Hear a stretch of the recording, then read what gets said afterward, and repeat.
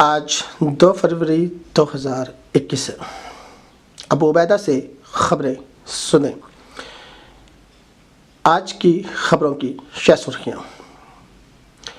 Dubai کے اندر 2 سے 28 تک نیا قانون نافذ ہو چکا ہے۔ سعودی عرب میں تمام فلائٹ سسپینڈ کر دی گئی ہیں، ان کی ڈیٹیل دیں گے۔ احد بن عبداللہ عمان کی شہزادی کے کیوں چرچے ہیں؟ قطر کے امیر جو شیخ ہیں تمیم، ان کی سخاوت، اور آخر میں کویت کی نیوز۔ تو سب سے پہلے شروع کرتے ہیں یو اے ای سے۔ یو اے ای میں 2 سے لے کے 28 فروری تک نیا قانون نافذ کر دیا گیا ہے، جس کے تحت تمام کاروباری ادارے 50% پہ آ گئے ہیں، یعنی کہ وہ 50% اپنے امپلائیز رکھیں گے اور وہاں جانے والے بھی 50% ہوں گے، یعنی کہ اگر کہیں کیپیسٹی 100 ہے تو وہاں پہ 50 لوگ آئیں گے۔ دوسرا، یو اے ای میں تمام نائٹ لائف یعنی کہ کلب وغیرہ بند کر دیے گئے ہیں، اور ان کو یہ حکم دیا گیا ہے کہ وہ اب اوپن نہیں ہوں گے، کب تک یہ نہیں معلوم۔ سعودی عرب میں تمام فلائٹس پہ بشمول پاکستان 20 ملکوں کی فلائٹس پہ پابندی لگا دی گئی ہے جو سعودی عرب میں نہیں آ سکتے۔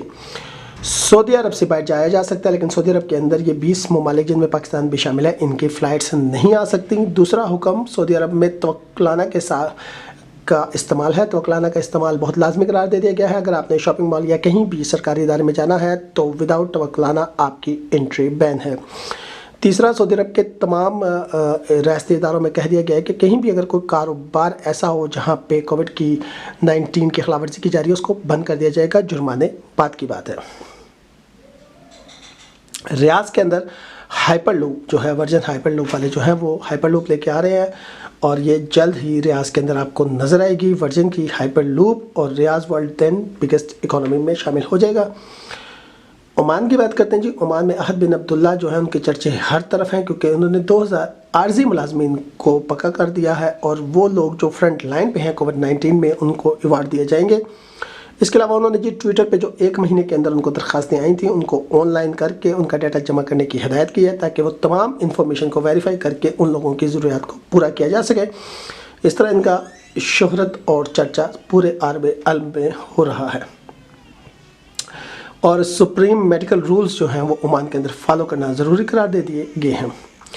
قطر میں جی کووڈ-19 کی سختی پہ زور دیا جا رہا ہے، کیونکہ کہا جا رہا ہے کہ لوگ سستی کی وجہ سے دوبارہ سہل پسند ہوتے جا رہے ہیں، جو کہ خطرناک ہے، اور شیخ تمیم نے $360 ملین غزہ پہ 1 سال میں خرچ کرنے کے لیے دیے ہیں۔ انہوں نے کہا کہ غزہ کی بحالی کے لیے یہ بہت ضروری ہے۔ کویت میں کووڈ-19 کی بھی سختی پہ عمل درآمد کرانے کی کوشش کی جا رہی ہے۔ آج کی نیوز ختم ہوئی، شکریہ۔